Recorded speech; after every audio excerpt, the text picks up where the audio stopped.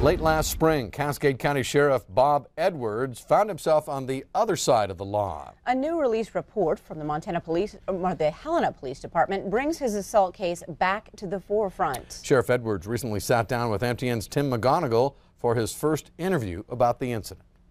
Even though I'm not guilty of the crime, it's a huge eye-opener for me. Cascade County Sheriff Bob Edwards says playing golf at a law enforcement conference in Helena on June 15, 2017 was the culmination of a great day.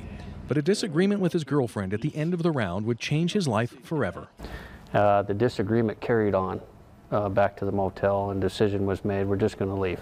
This isn't fun anymore, we're just going to go. So during the packing, it got loud. It was very loud. I'm not going to candy coat things, it was very loud. When he left the room, another sheriff asked Edwards if he was responsible for the disturbance. And when Edwards said yes, the sheriff told him the Helena Police Department was on its way. Some of the reports said that there was a gun involved. How do you address that? There were people that heard, they claimed they heard a gun being racked, in other words, being loaded, numerous times. It doesn't make sense. Through the investigation, they proved that there was no gun involved, and that's what people don't know. And that's one of the reasons I'm doing this interview. Edwards says if there had been a gun involved, he would have faced a felony charge. He would be cited with misdemeanor partner family member assault, or PFMA. And though he says he didn't seek any special treatment, he would also see a judge that same night. Well, apparently behind the scenes something was going on, and to where they called the judge and said, well, it's my understanding the jail was extremely crowded there, and they were concerned about my life and my safety in the jail. They came in and told me that I'd be seeing a judge, which actually kind of took me back. I did not expect that at all. Edwards also wants to clear up any misconceptions about his legal agreement. I had deferred prosecution where I'm not guilty of a crime and the charges are dropped. Deferred sentence means guilty, you're convicted of a crime, but your sentence is deferred if you behave yourself. Edwards says he struggles with breaking his own policy that states employees will not act in any way that brings discredit to themselves or the agency. It's black and white. I brought discredit to the sheriff's office because what I do represents everybody.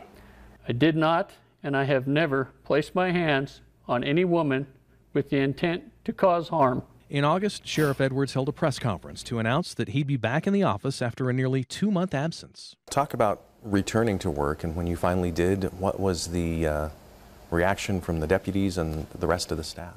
It was difficult to walk through that door. I didn't know what to expect. I didn't know the reaction I was going to get. Let's put it this way, for probably a good 3 weeks, awful quiet around me. Reaction to his return was mixed, ranging from a few who thought he should resign to those who still supported him. He expects to make a decision in mid-February about a run for re-election.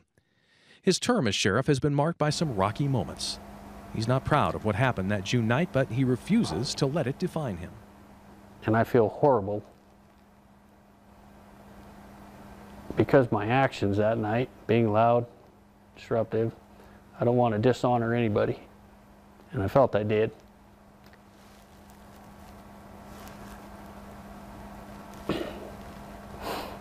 But I love this job, and other than this incident, now if I had to walk out the door tomorrow, I'm going to hold my head up high because I feel I've made a difference.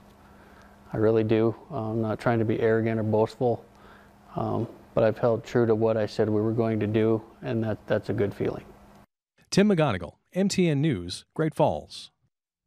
Thanks, Tim. Now, Sheriff Edwards says he has greatly exceeded the amount of counseling required by his agreement and adds that the incident has brought him back to his center where he needs to be. And that new report highlights inconsistent statements made by the victim in this case, who, by the way, has not been charged. Up next in Weather Bomb.